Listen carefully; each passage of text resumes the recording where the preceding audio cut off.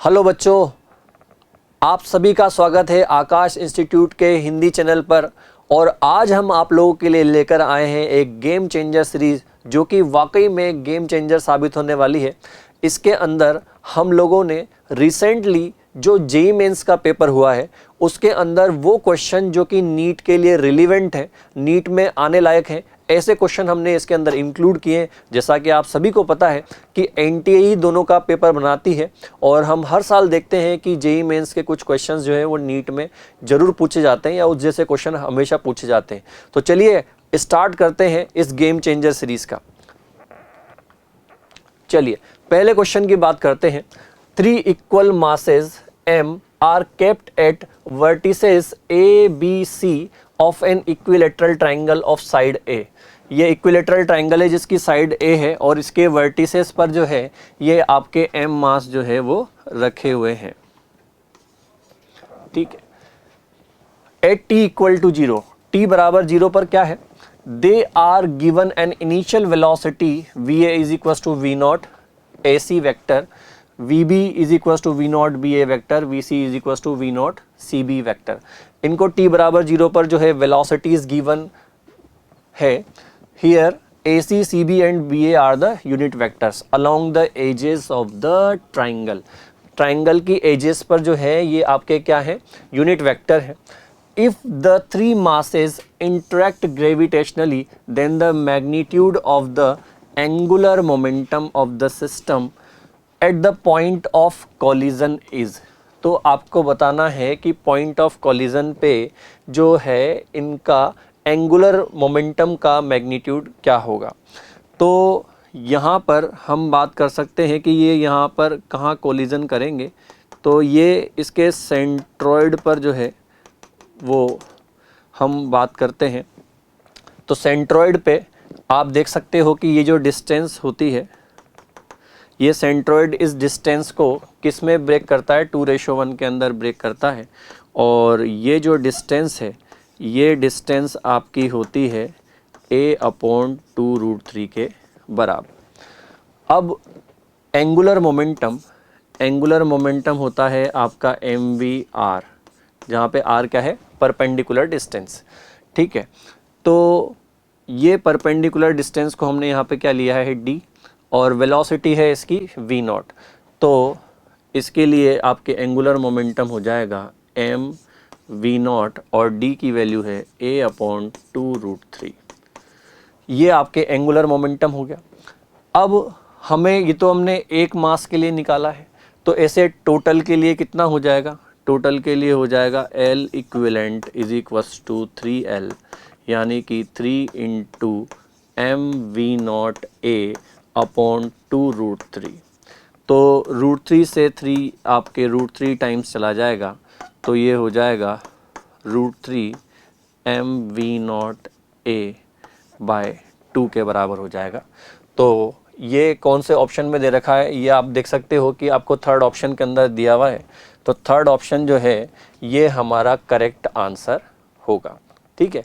चलिए चलते हैं नेक्स्ट क्वेश्चन पे। यहाँ पर हम बात कर रहे हैं कि 2 bodies A and B of equal mass are suspended from 2 massless spring of spring constant K1 and K2 respectively. If the bodies oscillate vertically such that their amplitude are equal, इनके एम्पलीट्यूड जो है वो same है। Their ratio of the maximum velocity of A to the maximum velocity of the B is, यानी कि इनकी maximum velocity का ratio हमसे पूछा गया है। तो जैसा कि हम जानते हैं कि जो मैक्सिमम वेलोसिटी होती है ये आपके A ओमेगा के बराबर होती है। तो मैक्सिमम वेलोसिटी का रेशो पूछा है, यानी कि Vmax1/Vmax2। ठीक है। तो ये हो जाएगा आपके A इंटू ω1 और ये हो जाएगा A इंटू ω2। दोनों के एम्पलीट्यूड जो है वो सेम थे और ओमेगा जो होता है ये होता है √K/m, जहाँ पर K क्या है? स्प्रिंग कांस्टेंट है।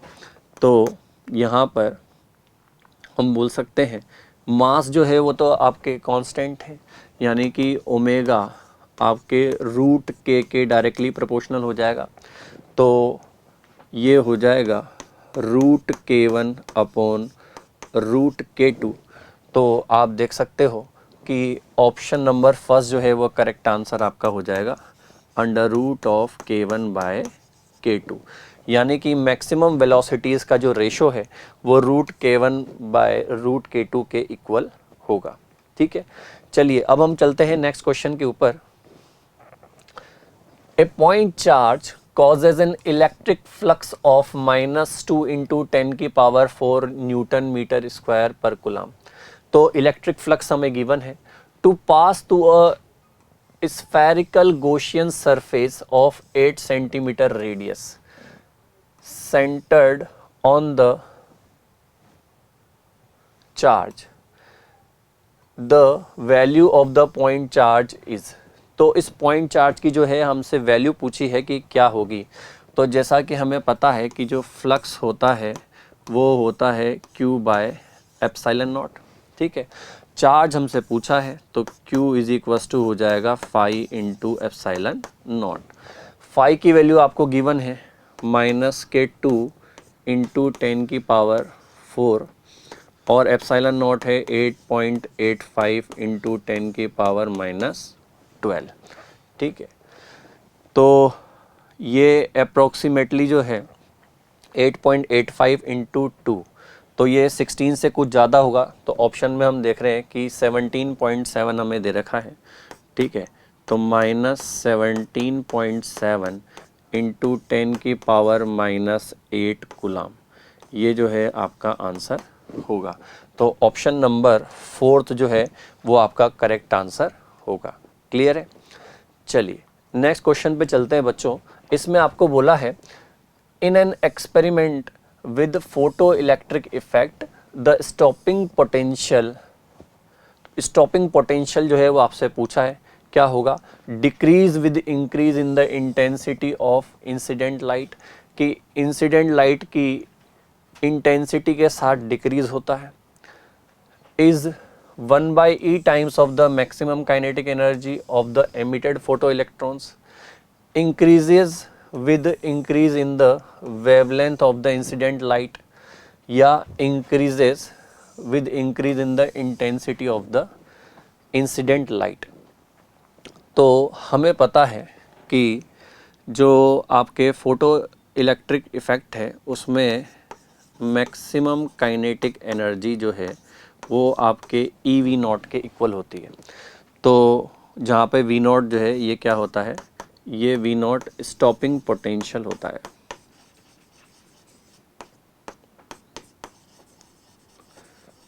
तो स्टॉपिंग पोटेंशियल की अगर हम बात करें तो ये आपके क्या हो जाएगा, मैक्सिमम जो काइनेटिक एनर्जी है बाय E के इक्वल होगा। तो हम यहाँ पर देख सकते हैं कि सेकंड ऑप्शन में हमें यही दे रखा है कि 1/e times of maximum kinetic energy होगा इमिटेड फोटो इलेक्ट्रॉन की, यानी कि ऑप्शन नंबर 2 जो है वो हमारा करेक्ट है। ऑप्शन नंबर 1 की बात करें कि decrease with increase in the intensity of incident light. ठीक है, कि ये जो इंसिडेंट लाइट की अगर हम इंटेंसिटी को बढ़ाएंगे तो इंटेंसिटी को बढ़ाने पर ये आपके डिक्रीज़ होता है। ठीक है, नहीं, ये इंटेंसिटी पर डिपेंड ही नहीं करता है, आपके किस पर डिपेंड करता है, स्टॉपिंग पोटेंशियल। स्टॉपिंग पोटेंशियल जो है वो आपके लाइट की फ्रीक्वेंसी के ऊपर डिपेंड करता है। जैसे जैसे हम लाइट की फ्रीक्वेंसी को बढ़ाएंगे तो स्टॉपिंग पोटेंशियल जो है वो भी आपका बढ़ता चला जाता है। ठीक है, तो ऑप्शन नंबर 2 जो है वो आपका क्या होगा, करेक्ट आंसर होगा। चलिए नेक्स्ट क्वेश्चन पे चलते हैं। The number of spectral lines emitted by atomic hydrogen that is in the 4th energy level is. ठीक है, तो कितनी स्पेक्ट्रल लाइंस जो है एमिट होगी, तो number of spectral lines n बराबर जो है ये होता है n2 minus n1 into n2 minus n1 plus 1 upon 2 के बराबर। ठीक है, जहाँ पर बेटा n2 जो है ये आपके हायर एनर्जी लेवल है और n1 जो है वो लोअर एनर्जी लेवल है। तो 4 से जो है कहाँ आ सकता है, ये ग्राउंड पे। ठीक है, तो ग्राउंड पर अगर ये आएगा तो लोअर एनर्जी लेवल हो गया 1/2, -1 से +1 चला जाएगा, 4 - 1 कितना हो गया 3, 3 × 4/2 यानी कि कितना हो गया 6। तो आपके जो नंबर ऑफ एमिटेड लाइंस होंगी, स्पेक्ट्रल लाइंस, वो कितनी होंगी बेटा 6 के बराबर होगी। ठीक है, चलिए नेक्स्ट क्वेश्चन पे चलते हैं। यहाँ आप देखिए, 2 identical symmetrical double convex lenses of focal length f are cut into 2 equal parts L1 and L2 by AB plane and L3 and L4 by XY plane। ठीक है, as shown in the figure। तो जैसा कि आप देख रहे हो कि यहाँ पर AB लाइन से हमने इसको कट किया हुआ है, यहाँ पर 2 पार्ट्स में डिवाइडेड है हॉरिजॉन्टली, और यहाँ पर कैसे कट किया हुआ है, वर्टिकली आपने कट किया हुआ है। बोल रहे हैं the ratio of the focal length of lenses L1 and L3 is. तो L1 और L3 जो है उनकी फोकल लेंथ का रेशियो क्या होगा। तो जैसा कि हमें पता है कि जब हम इसको हॉरिजॉन्टली कट करते हैं तो आपके फोकल लेंथ पर कोई फ़र्क नहीं पड़ता, फोकल लेंथ जो है वो आपकी सेम ही रहती है। लेकिन जैसे ही हम इसको वर्टिकली कट करते हैं तो फोकल लेंथ जो है वो डबल हो जाती है। तो इनकी फोकल लेंथ जो है वो बच्चों डबल हो जाएगी। ठीक है, तो हमसे F1 और F3 का रेशो पूछा है, तो F1/F3 is equals to F/2F is equals to 1/2। तो फोकल लेंथ का जो रेशो है वो 1:2 के बराबर होगा, यानी कि ऑप्शन नंबर 2 जो है ये आपके करेक्ट आंसर होगा। चलिए नेक्स्ट क्वेश्चन पे चलते हैं। क्वेश्चन नंबर 7 देखिए, given below are the 2 statement, one is labelled as assertion and the other is labelled as reason. Assertion में क्या बोला गया है, देखिए 3 identical spheres of same mass undergo 1 dimensional motion as shown in the figure. ठीक है, with initial velocity VA is equals to 5 metre पर second, VB 2 metre पर सेकेंड एंड VC जो है वो कितना है 4 मीटर पर सेकेंड है। If we wait sufficiently long for elastic collision to happen, then VA dash is 4 metre पर second, VB dash is 2 metre पर second, VC dash is 5 metre पर second will be the final velocities। तो ये कह रहे हैं कि collision के बाद जो है इनकी फाइनल वेलोसिटीज़ जो है ए वाली बॉल की हो जानी चाहिए 2, सी वाली की जो है ए वाली बॉल की जो वेलोसिटी है वो जानी चाहिए 4, बी वाली बॉल की 2 हो जानी चाहिए, और सी वाली बॉल की जो वेलोसिटी है वो कितनी हो जानी चाहिए 5 मीटर पर सेकेंड। तो हमसे बोला गया है कि है ना, बताइए कि ये एसर्शन जो है वो सही है या गलत है। इसी तरीके से हम रीज़न की बात करें तो रीज़न में बोला गया है कि एक elastic collision between identical masses, 2 object exchange there velocities. 2 object जो है अपनी वेलोसिटीज़ को एक्सचेंज करते हैं। तो इसमें क्या बोला गया है कि ये बताना है कि कौन सा ऑप्शन जो है वो करेक्ट है और कौन सा ऑप्शन जो है वो इनकरेक्ट है। तो चलिए है ना, हम इसकी बात कर लेते हैं। तो सबसे पहले हम यहाँ पर बात करते हैं ऑप्शन एसर्शन की। ठीक है, तो एसर्शन में आपको देखो ए बॉल की वेलोसिटी है 5 और बी बॉल की वेलोसिटी है 2, इन दोनों में कॉलिजन होगा। और क्वेश्चन में बोला गया है कि कैसा कॉलिजन है, इलास्टिक कॉलिजन है। तो इलास्टिक कॉलिजन में क्या होगा, इनकी वेलोसिटीज़ जो है वो इंटरचेंज हो जाएंगी। तो यहाँ पर आप देखिए कि ये आपके ए बॉल है और ये आपकी बी बॉल है। ठीक है, तो ए वाली बॉल की वेलोसिटी थी 5 और बी वाली बॉल की वेलोसिटी थी 2।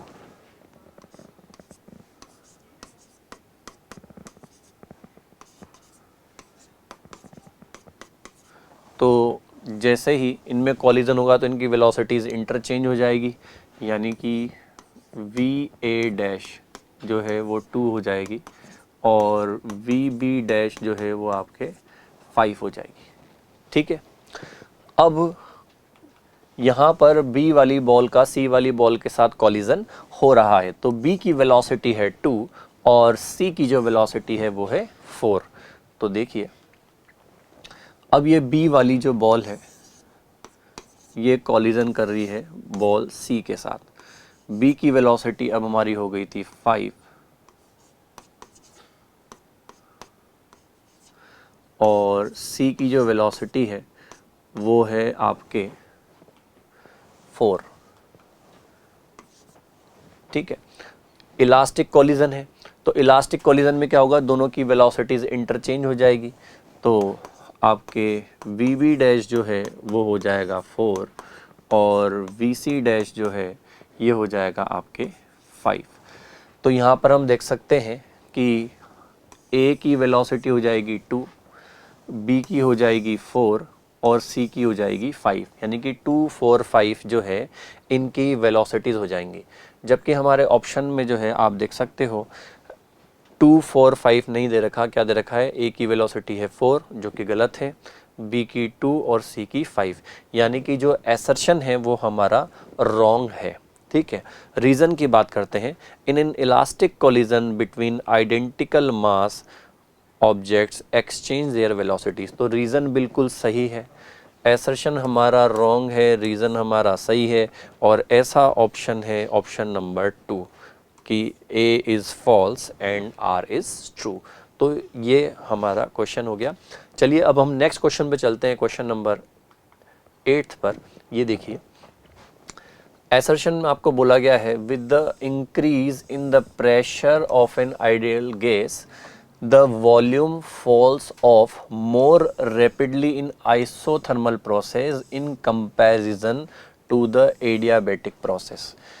इनका कहना है कि जब हम प्रेशर को इंक्रीज करते हैं तो आइसोथर्मल में वॉल्यूम ज़्यादा तेज़ी से डिक्रीज होगा as compare to adiabatic process.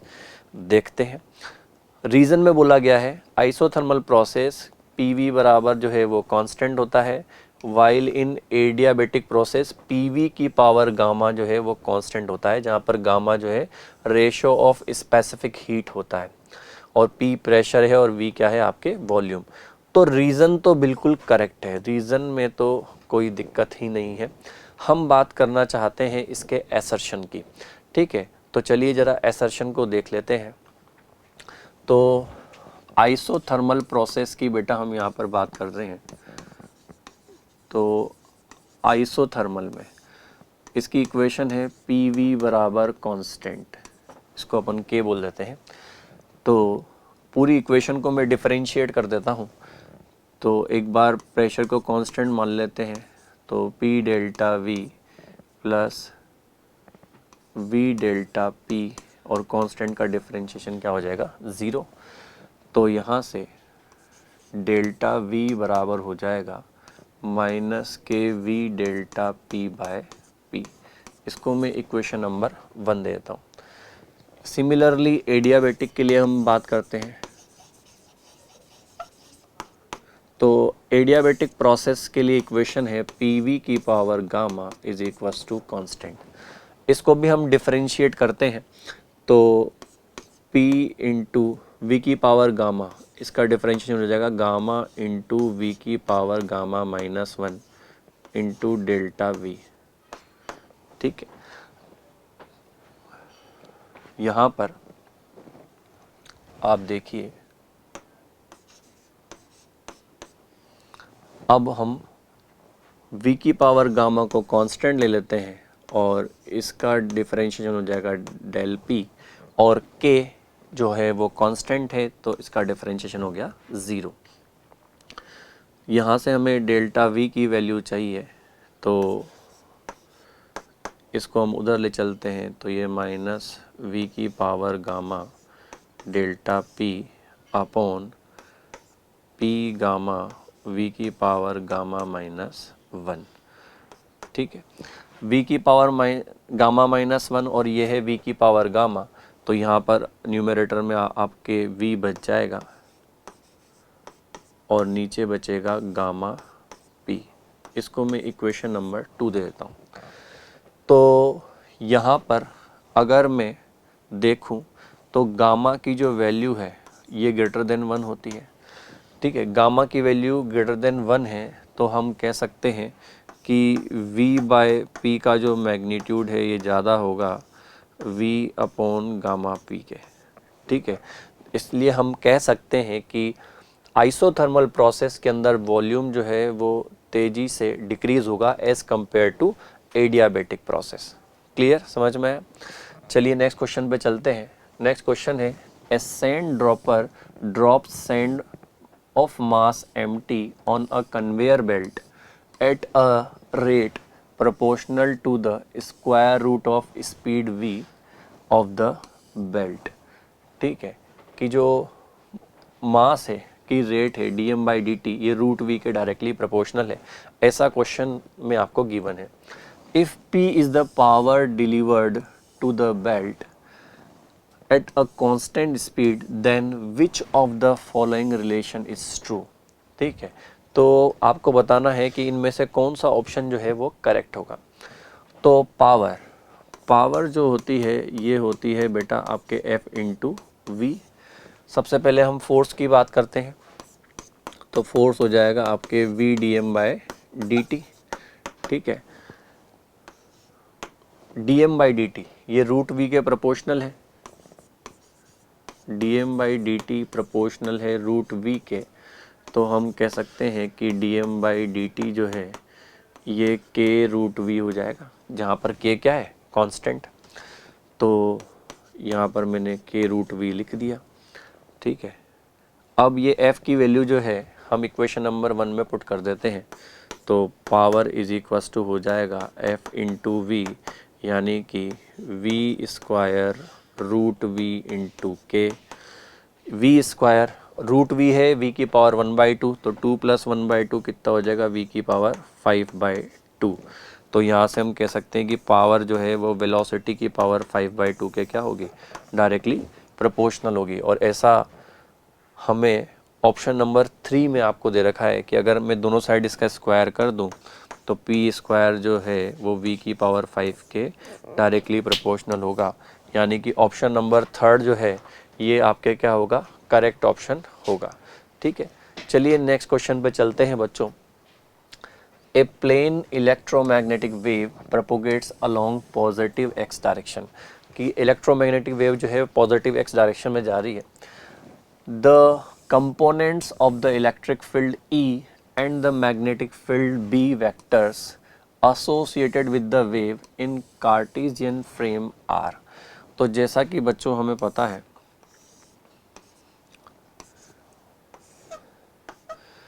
कि x डायरेक्शन में आपके वेव प्रोपोगेट कर रही है, तो electric field vector, magnetic field vector और आपके डायरेक्शन ऑफ प्रोपोगेशन तीनों म्यूचुअली परपेंडिकुलर होनी चाहिए इलेक्ट्रोमैग्नेटिक वेव के अंदर। तो हम ऑप्शंस के अकॉर्डिंग चेक करते हैं कि ऐसा किस में गिवन है, यानी कि डायरेक्शन ऑफ प्रोपोगेशन जो है हम ऐसा कह सकते हैं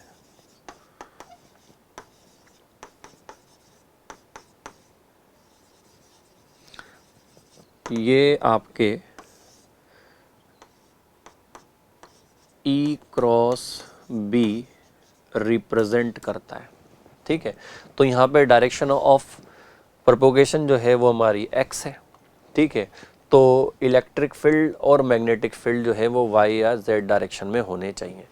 तो इनमें फर्स्ट ऑप्शन में दे रखा है कि इलेक्ट्रिक फील्ड है x डायरेक्शन में, जो कि हो नहीं सकता क्योंकि यहाँ पर x डायरेक्शन जो है वो डायरेक्शन ऑफ प्रोपोगेशन है। Second option electric field y में और मैग्नेटिक फील्ड z में, ये हमारा हो सकता है। इसमें मैग्नेटिक फील्ड इन्होंने x डायरेक्शन में बोल दिया जो नहीं हो सकता, और यहाँ पर इलेक्ट्रिक फील्ड x में बोल दिया जो कि हो नहीं सकता, क्योंकि तीनों ही कैसे हैं, म्यूचुअली परपेंडिकुलर होने चाहिए। चलिए नेक्स्ट क्वेश्चन पे चलते हैं। यहाँ पर आप देख सकते हो कि हमें ये दो लिस्ट गिवन है। एक में दे रखा है magnetic induction, magnetic intensity, magnetic flux और मैग्नेटिक मोमेंट, और यहाँ पर हमें यूनिट्स गिवन है। तो हमें बताना है कि किस फिजिकल क्वांटिटी की यूनिट जो है वो क्या होती है। सबसे पहले हम मैग्नेटिक इंडक्शन की बात करते हैं। तो मैग्नेटिक इंडक्शन जो है ये, इसको हम B से रिप्रेजेंट करते हैं। तो इसकी यूनिट जो है ऐसा यूनिट वो होती है टेस्ला, जो कि 10⁴ गाउस के बराबर होती है। तो इसका मतलब ए का जो ऑप्शन है वो क्या होना चाहिए, थर्ड होना चाहिए। इसी तरीके से मैग्नेटिक इंटेंसिटी, तो मैग्नेटिक इंटेंसिटी इसको H से रिप्रेजेंट करते हैं जो कि B बाई म्यू के बराबर होती है। B बराबर जो है ये होता है mu not I upon 2R magnetic field, और म्यू से अगर अपन इसको दें तो म्यू की तो डायमेंशन यानी कि यूनिट जो है वो सेम होगी। आई इलेक्ट्रिक करंट है, 2 कांस्टेंट है, और आर जो है वो रेडियस वो आपकी मीटर में होगी, यानी कि हम बोल सकते हैं कि एम्पियर पर मीटर ये इसकी यूनिट होनी चाहिए, यानी कि ऑप्शन नंबर 4 जो है वो इसका आंसर होगा। इसी तरीके से मैग्नेटिक फ्लक्स, तो मैग्नेटिक फ्लक्स जो है ये आपके B इंटू ए के बराबर होगा, और इसकी यूनिट क्या होती है बेटा, वेबर होती है। तो ये आपको दे रखा है ऑप्शन नंबर 2 के अंदर।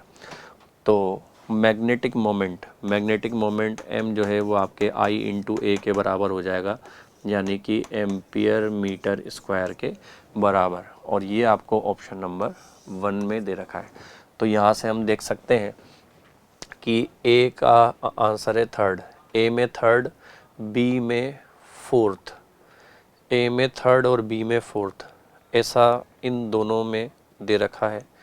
और सी में है हमारे सेकंड, तो देखो ऑप्शन नंबर थर्ड आपका हो जाएगा। ए में थर्ड है बिल्कुल सही, बी में फोर्थ है ये भी सही है, सी में सेकंड है वेबर बिल्कुल सही है, और डी में आपके फर्स्ट है ये भी बिल्कुल सही है। तो ऑप्शन नंबर थर्ड जो है वो करेक्ट आंसर होगा।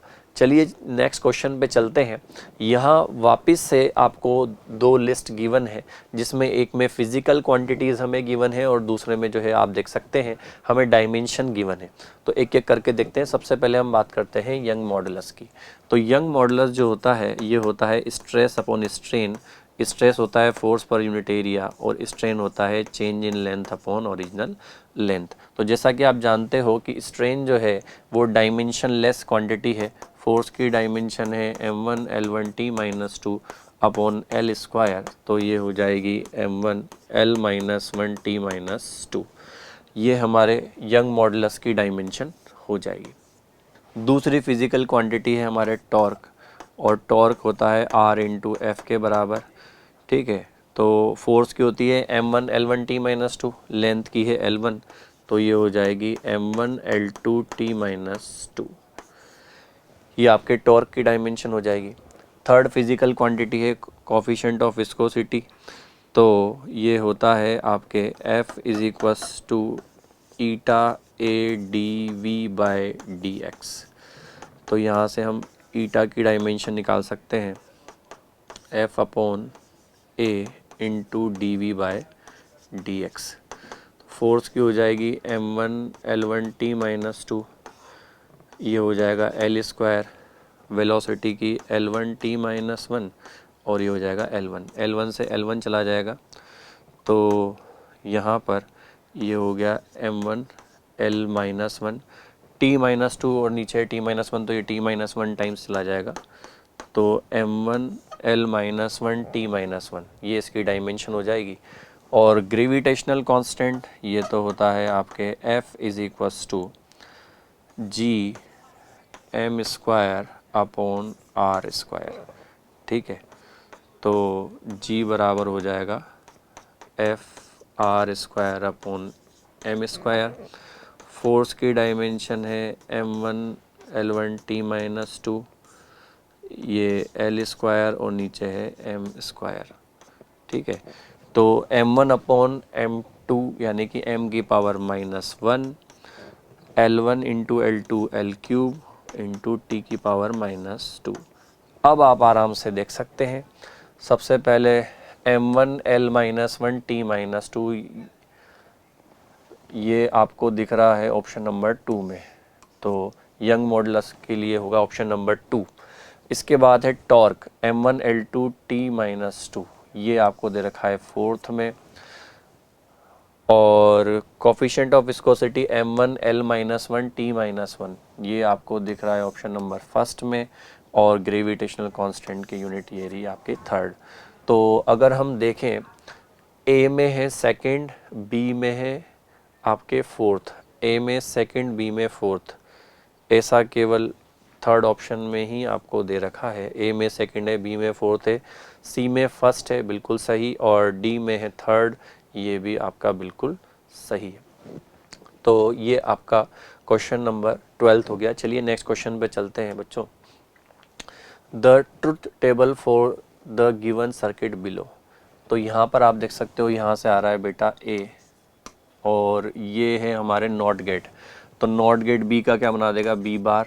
तो दोनों को मल्टीप्लाई कर देंगे तो ए डॉट बी बार हो जाएगा। यहाँ से आ रहा है आपके नॉट गेट लगा हुआ है, तो ये बन गया ए बार, और यहाँ से आ रहा है बी, तो ये दोनों को आपके मल्टीप्लाई कर देगा and gate A bar dot B. ये लगा हुआ है आपके और गेट, ये दोनों को ऐड करने का काम करेगा, यानी कि A B bar plus A bar B. और ये किसका आउटपुट होता है, ये है आपके फेमस एक्सोर गेट का आउटपुट। तो ए एक्सोर बी, ठीक है, ये है आपके एक्सोर गेट, ठीक है। और एक्सोर गेट की ट्रुथ टेबल हमें निकालनी है, तो हम बना सकते हैं इजीली। ये इसके इनपुट्स हो जाएंगे ए बी, और आउटपुट है आपके वाई।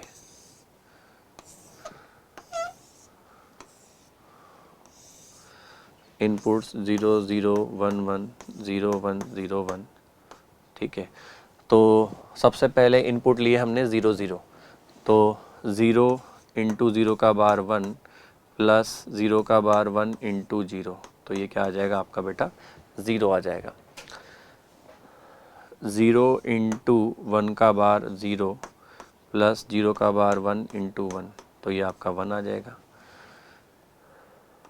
1 इंटू 0 का बार 1 प्लस 1 का बार 0 इंटू 1, तो ये भी आपके 1 आ जाएगा।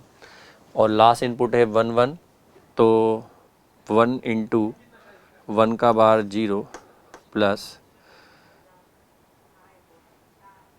1 का बार 0 इंटू 1, तो ये भी क्या हो जाएगा आपका 0। तो 0 1 1 0 0 1 1 0, ये कौन से ऑप्शन में दे रखा है, ये रहा ऑप्शन नंबर थर्ड।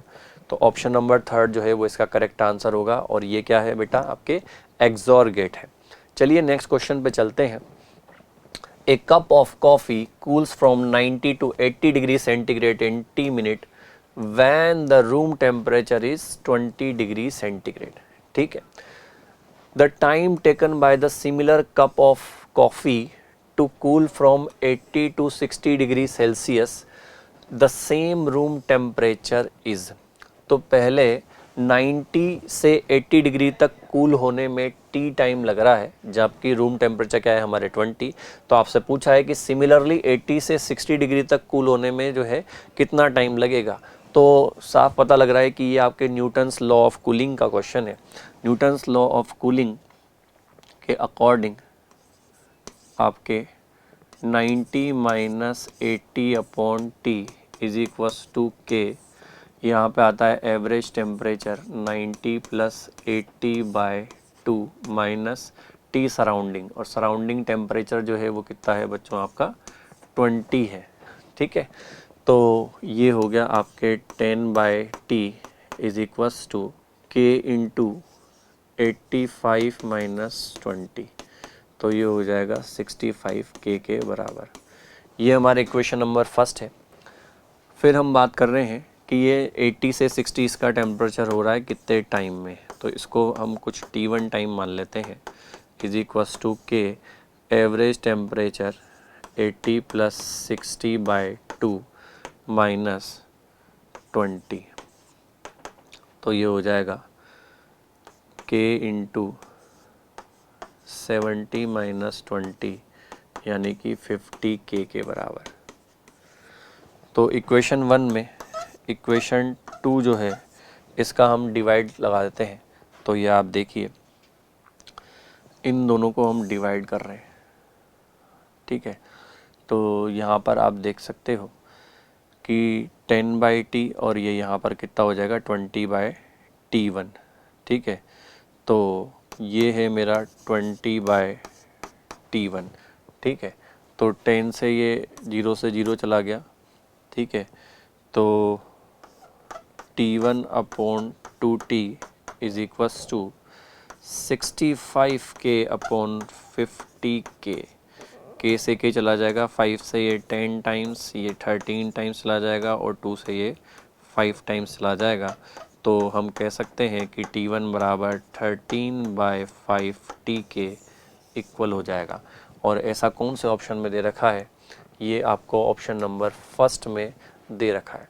ठीक है, तो बाद में जो टाइम लगेगा वो 13/5 के इक्वल होगा। चलिए चलते हैं नेक्स्ट क्वेश्चन पे, क्वेश्चन नंबर 15, और ये है an electric dipole is placed at the distance of 2 centimetre from an infinite plane sheet having positive charge density sigma naught. Choose the correct option from the following. आपको बताना है कि इनमें से कौन सा ऑप्शन करेक्ट होगा। यहाँ पर एक इनफाइनाइट चार्ज शीट है और यहाँ पे एक डाइपोल रखा हुआ है। Torque on the dipole is 0 and net force act towards the sheet. Potential energy of the dipole is minimum and torque is 0। Potential energy and torque both are maximum. Torque on dipole is 0 and net force is directed away from the sheet. ये आपको given है कि इन चारों option में से कौन सा होगा। तो देखिए ये आपके इनफाइनाइट चार्ज शीट है, तो इनफाइनाइट चार्ज शीट है तो इसमें जो इलेक्ट्रिक फील्ड होता है वो इसका हर जगह कैसा होगा, कांस्टेंट होगा। इलेक्ट्रिक फील्ड जो है वो आपके इस डायरेक्शन में, और हम अगर यहाँ पर डाइपोल मोमेंट वेक्टर की बात करते हैं तो वो भी इसी डायरेक्शन में ही होगा। तो सबसे पहले हम बात कर लेते हैं टॉर्क की। टॉर्क जो होता है ये आपके P क्रॉस E के बराबर होता है, यानी कि PE साइन थीटा के बराबर होगा। और हम देख सकते हैं कि P और E में जो है एंगल कितना है, 0 डिग्री है, थीटा बराबर 0 है, तो टॉर्क जो है वो 0 होगा। तो ये बात तो सही है कि टॉर्क यहाँ पे कैसा होगा, 0 होगा। अब हम बात करते हैं फोर्स की। तो फोर्स जो है इसके ऊपर F इज इक्वल टू क्या है, QE। ठीक है, तो इलेक्ट्रिक फील्ड जो है वो आपका कैसा है, यूनिफॉर्म है। तो फोर्स जो है वो यहाँ पर कितना होगा, 0 हो जाएगा। तो फोर्स जो है यहाँ पर 0 होगा। और एक ऑप्शन में बात चल रही थी पोटेंशियल एनर्जी की, तो पोटेंशियल एनर्जी U बराबर माइनस PE कॉस थीटा होता है, और थीटा बराबर 0 है तो कॉस 0 की वैल्यू 1, तो ये माइनस के PE होगी, यानी कि पोटेंशियल एनर्जी कैसी होगी, मिनिमम होगी। तो फर्स्ट ऑप्शन की हम बात करें तो टॉर्क 0 है, बिल्कुल सही बात है, लेकिन ये तो नेट फोर्स बता रहे हैं कि टुवर्ड्स द शीट, शीट की तरफ लगेगा, जो कि क्या है, रॉन्ग। सेकंड ऑप्शन में बोला है कि पोटेंशियल एनर्जी मिनिमम है और टॉर्क 0 है, तो बिल्कुल सही बात है ये। और थर्ड ऑप्शन में बोला है कि दोनों मैक्सिमम है, जो कि गलत है। और फोर्थ में इन्होंने बोला है कि फोर्स जो है वो लग रहा है यहाँ पे अवे फ्रॉम द शीट, जो भी क्या है, एक रॉन्ग ऑप्शन है। ठीक है बच्चों, चलिए नेक्स्ट क्वेश्चन पे चलते हैं। क्वेश्चन नंबर 16 की हम बात करते हैं। एक convex lens made of glass जिसका रिफ्रैक्टिव इंडेक्स कितना है, 1.5, has a focal length of 24 centimetre in air. When it is totally immersed in water, जिसका कि रिफ्रैक्टिव इंडेक्स कितना है, 1.33, its focal length changes to. तो इसकी फोकल लेंथ जो है वो कितनी हो जाएगी, ये हमसे बोला गया है। तो focal length 1/f is equals to mu minus 1 into 2/r, ये होता है। तो 1/f is equals to, initially जो है हमने क्या लिया है, ग्लास जिसका रिफ्रैक्टिव इंडेक्स है 1.5 इंटू 2/r, ये हो जाएगा 0.5 इंटू 2/r, यानी कि 1/r के बराबर। तो 1/f is equal to 1/r। तो हम यहाँ से कह सकते हैं कि f बराबर r बराबर कितना होगा, 24 सेंटीमीटर हो जाएगा। यहाँ से हमें r की वैल्यू पता लग गई। अब हम आगे चलते हैं कि इस जो लेंस है इसको टोटली इमर्स्ड कर दिया किसके अंदर, वाटर के अंदर।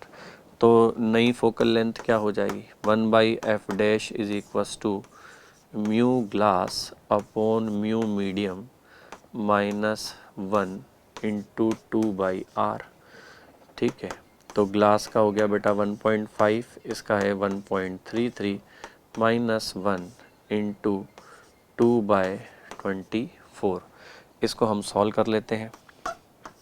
तो 1/f dash is equals to 1.5 minus 1.33, तो ये आपका हो गया 0.17 अपॉन 1.33 इंटू 2/24।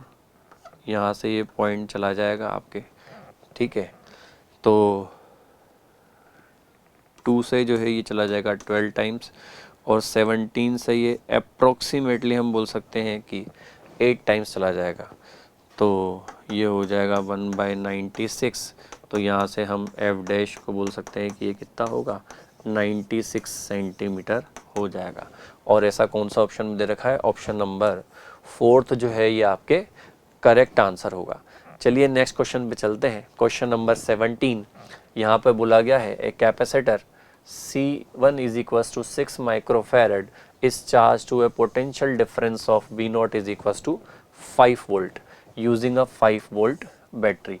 मतलब कोई कैपेसिटर था जिसकी कैपेसिटेंस थी 6 माइक्रोफेरेड, जैसा कि यहाँ पे आपको दिखाई दे रहा है, ये 6 माइक्रोफेरेड का कैपेसिटर है और इसको 5 वोल्ट की बैटरी से इन्होंने चार्ज कर दिया, ठीक है। Then battery is removed and another capacitor of 12 microfarad is inserted in place of a battery। Battery को हटाकर यहाँ पर हमने 12 माइक्रोफेरेड का एक कैपेसिटर लगा दिया, ठीक है। When the switch S is closed, जैसे ही इस स्विच S को क्लोज किया जाता है, the charge flow between the capacitor for some time until equilibrium condition is reached, ठीक है। What are the charges Q1 and Q2 on the capacitors C1 and C2 when equilibrium condition is reached? कि जब equilibrium condition आती है तो इन दोनों capacitors पे charge कितना होगा। तो सबसे पहले हम देखते हैं कि इनिशियली हमने क्या किया था कि इस C1 कैपेसिटर को आपने 5 वोल्ट की बैटरी से चार्ज किया, तो टोटल चार्ज जो है वो कितना आ गया, Q is equals to CV। तो C की जो वैल्यू है वो है आपके 6 माइक्रोफैरड इंटू 5 यानी कि 30 माइक्रोकुलाम, इतना जो है इसके पास टोटल चार्ज था, ठीक है। चलिए अब हमने क्या किया कि बैटरी को हटा के यहाँ पे एक कैपेसिटर कनेक्ट कर दिया, ठीक है, और स्विच को जो है वो हम क्या कर रहे हैं, क्लोज़ कर रहे हैं। तो जैसे ही आप स्विच को क्लोज़ करोगे तो इस वाले कैपेसिटर से चार्ज इस वाले कैपेसिटर पर जाता रहेगा, तब तक जाता रहेगा जब तक कि दोनों का पोटेंशियल सेम ना हो जाए। तो कॉमन पोटेंशियल हम यहाँ पर निकाल लेते हैं, जो कि होता है C1V1 plus C2V2 upon C1 plus C2। तो इस पर तो कोई पोटेंशियल था ही नहीं, तो ये तो हो गया 0। ये हो गया आपके 6 microfarad into 5 upon total 6 plus 12 यानी कि 18, तो 30/18 यानी कि 5/3 हो जाएगा ये। तो 5/3 वोल्ट ये इनका कॉमन पोटेंशियल आ जाएगा। अब हमें यहाँ पर चार्ज निकालना है, तो Q1 डैश की हम बात करते हैं, तो Q1 डैश जो है वो हो जाएगा C इंटू VC के बराबर, C1 इंटू VC के बराबर। तो C1 जो है वो कितना है, 6 माइक्रोफैरड इंटू 5/3, तो ये से 2 टाइम्स ला गया, तो 10 माइक्रोकुलाम चार्ज जो है वो फर्स्ट वाले कैपेसिटर पर आ जाएगा। और दूसरे वाले कैपेसिटर की बात करेंगे तो ये हो जाएगा C2 इंटू VC। C2 की वैल्यू है 12 माइक्रोफैरड इंटू 5/3, तो ये चला जाएगा आपके 4 टाइम्स, तो हो जाएगा 20 माइक्रोकुलाम। तो 10 माइक्रोकुलाम C1 पे आएगा और 20 माइक्रोकुलाम जो है वो C2 पे आ जाएगा। तो ये मुझे दिख रहा है ऑप्शन नंबर 2, ठीक है। तो ऑप्शन नंबर 2 जो है बच्चों वो आपके करेक्ट ऑप्शन होगा। चलिए नेक्स्ट क्वेश्चन पे चलते हैं। Question number 18, a physical quantity Q is related to 4 observables A B C D as follows. जहाँ पर q बराबर जो है ए बी की पावर 4 अपॉन सी डी, ये आपको गिवन है। इस तरीके से ये q जो है ए बी सी डी के ऊपर डिपेंड कर रही है। Where a is 60 plus minus 3 pascal, b is equals to 20 plus minus 0.1 meter, c is equals to 40 plus minus 0.2 Newton second per meter square, and d is equals to 50 plus minus 0.1 meter. Percentage error in q, तो q में percentage error बेटा वो x by 1000 के बराबर है। तो आपसे पूछा है x क्या होगा। तो जैसा कि बच्चों आप देख रहे थे कि अभी तक हम जितने भी क्वेश्चंस कर रहे थे वो उन सारे क्वेश्चंस में हमें ऑप्शंस अवेलेबल थे, वो सेक्शन ए के क्वेश्चंस थे। जैसा कि आप सभी को पता होगा कि जेईई मेंस में 2 सेक्शन आते हैं, सेक्शन ए और सेक्शन बी। सेक्शन ए में हमें ऑप्शंस अवेलेबल होते हैं और सेक्शन बी में हमारे इंटीजर टाइप के क्वेश्चंस होते हैं। तो यहाँ से हमारा सेक्शन बी के क्वेश्चन स्टार्ट होते हैं। तो हमें क्यू में परसेंटेज एरर निकालनी है। तो Q में परसेंटेज एरर यानी कि delta Q by Q into 100 is equals to हो जाएगा delta A by A into 100। जो भी पावर होती है वो आगे मल्टीप्लाई में चली जाएगी। Delta B by B into 100, delta C by C into 100 plus delta D by D into 100। इस तरीके से हम लिख सकते हैं। डेल्टा ए यानी कि ए में एरर वो कितनी है 3 by 60 into 100 plus 4 times delta B, B में एरर 0.1 अपॉन 20 इंटू 100, सी में 0.2 अपॉन 40 इंटू 100 और डी में एरर है 0.1 अपॉन 50 इंटू 100। तो इसको सिंप्लीफाई हम कर लेते हैं। यहाँ पे आपके 0 से 0 चला जाएगा, 3 से चला गया बेटा ये 2 टाइम्स और 2 से चला जाएगा ये 5 टाइम्स। ठीक है, 20 से चला जाएगा ये 5 टाइम्स, पॉइंट हटाओगे तो यहाँ पे 0, डबल 0 से डबल 0 चला जाएगा, 2 से 4 चला जाएगा 2 टाइम्स, 50 से चला जाएगा 2 टाइम्स। ठीक है, चलिए तो यहाँ पे अब बचा 5 4 द 20 इंटू 0.1 यानी कि 2, 1/2 यानी कि 0.5, 2 इंटू 0.1 यानी कि 0.2। तो 5 प्लस 2 7 और 0.5 प्लस 0.2 0.7। तो 7.7 ये हमारे पास इसमें परसेंटेज एरर आ गई और क्वेश्चन में बोला है कि किसके बराबर है, x बाई 1000 के बराबर है।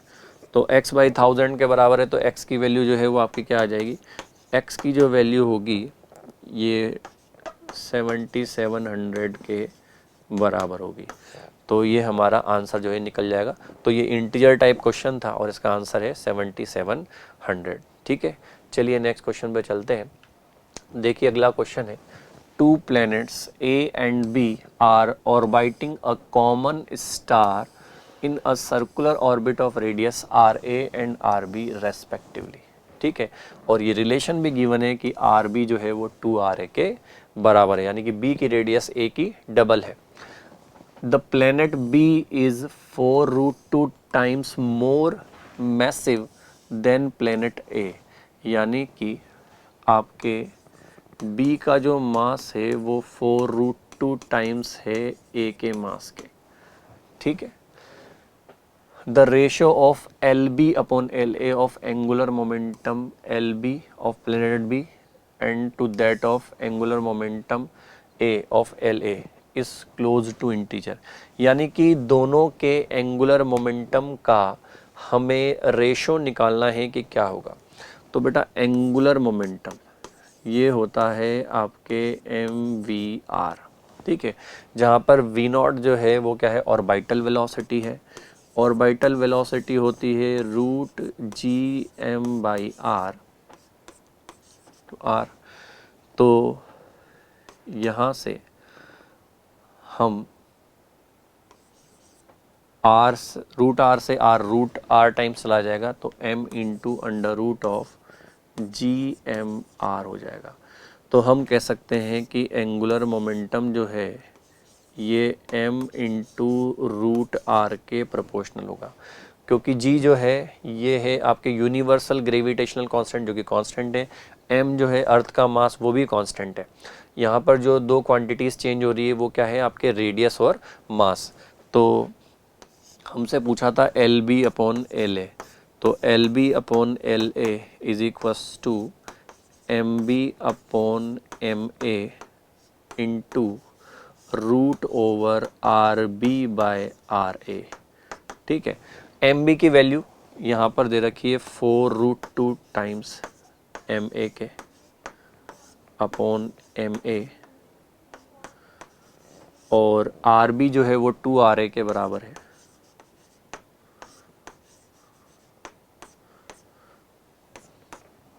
(4√2 इंटू √2), तो ये आपके कितना आ जाएगा 8। तो यहाँ पर दोनों के एंगुलर मोमेंटम का जो रेशो है वो किसके बराबर होगा, 8 के इक्वल होगा। ठीक है, चलिए हम चलते हैं बच्चों नेक्स्ट क्वेश्चन पे, और ये क्वेश्चन है a magnetic field inside a 200 turn solenoid of radius 10 centimetre is 2.9 into 10⁻⁻4 tesla. तो मैग्नेटिक फील्ड जो है वो आपको एक सोलेनॉइड के अंदर गिवन है 2.9 इंटू 10⁻⁻4 टेस्ला, जहाँ पे 200 जो है क्या है उसमें नंबर ऑफ टन्स है। If the solenoid carries a current of 0.29 ampere then the length of the solenoid is. तो आपको बताना है कि इस सोलेनॉइड की जो है वो लेंथ क्या होगी। तो हमें पता है कि सोलेनॉइड में जो मैग्नेटिक फील्ड होता है ये म्यू नॉट एन आई के बराबर होता है, जहाँ पे n जो है नंबर ऑफ टर्न्स पर यूनिट लेंथ है। तो L की वैल्यू जो है mu naught N I by B के बराबर हो जाएगी।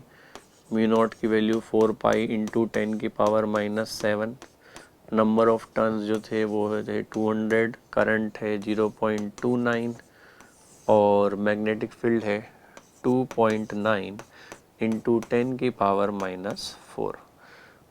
पॉइंट हटाओगे तो नीचे बेटा 100 चला जाएगा, यहाँ से पॉइंट हटाएंगे तो यहाँ पे 10 आ जाएगा, 0 से 0 चला जाएगा, 29 से 29 चला गया आपके, और इस 0 से ये 0 चला जाएगा।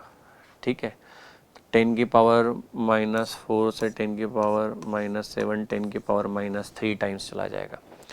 तो 4 पाई इंटू 2 8 पाई और 10⁻⁻3 और ये है 10, तो 10⁻⁻2, यानी कि L बराबर हो जाएगा 8 पाई इंटू 10⁻⁻2 मीटर, यानी कि 8 पाई सेंटीमीटर, ये आपका आंसर हो जाएगा।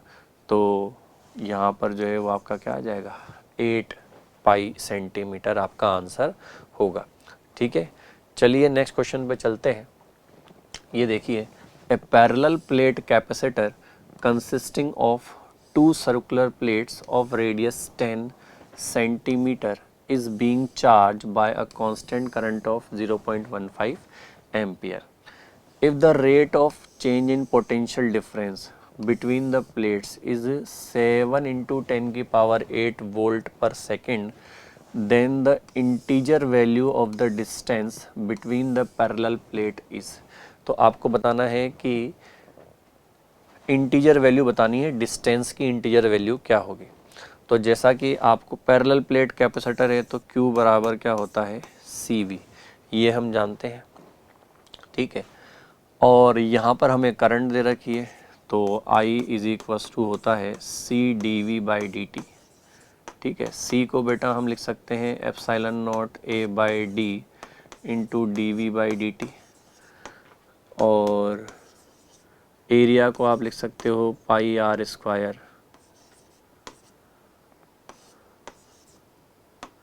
Into dV/dt। हमें डिस्टेंस पूछी है, तो ये इस डिस्टेंस को आप इधर ले जाइए, करंट को नीचे ले आइए,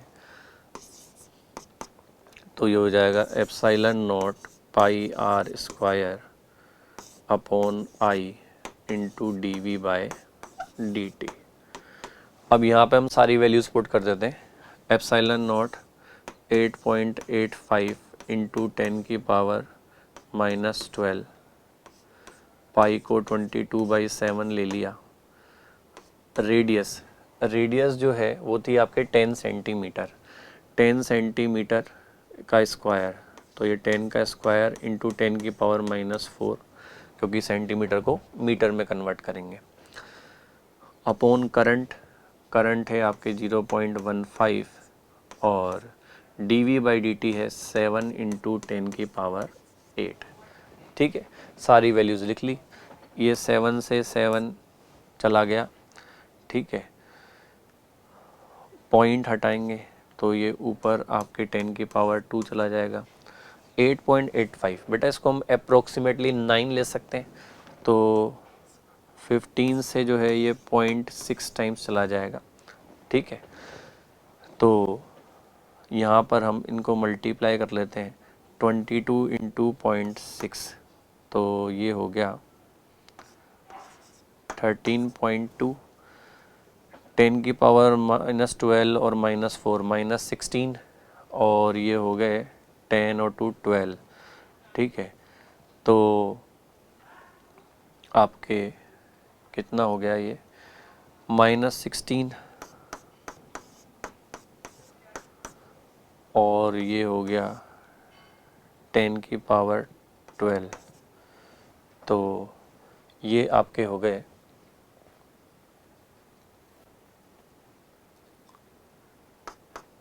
1320 माइक्रोमीटर के बराबर।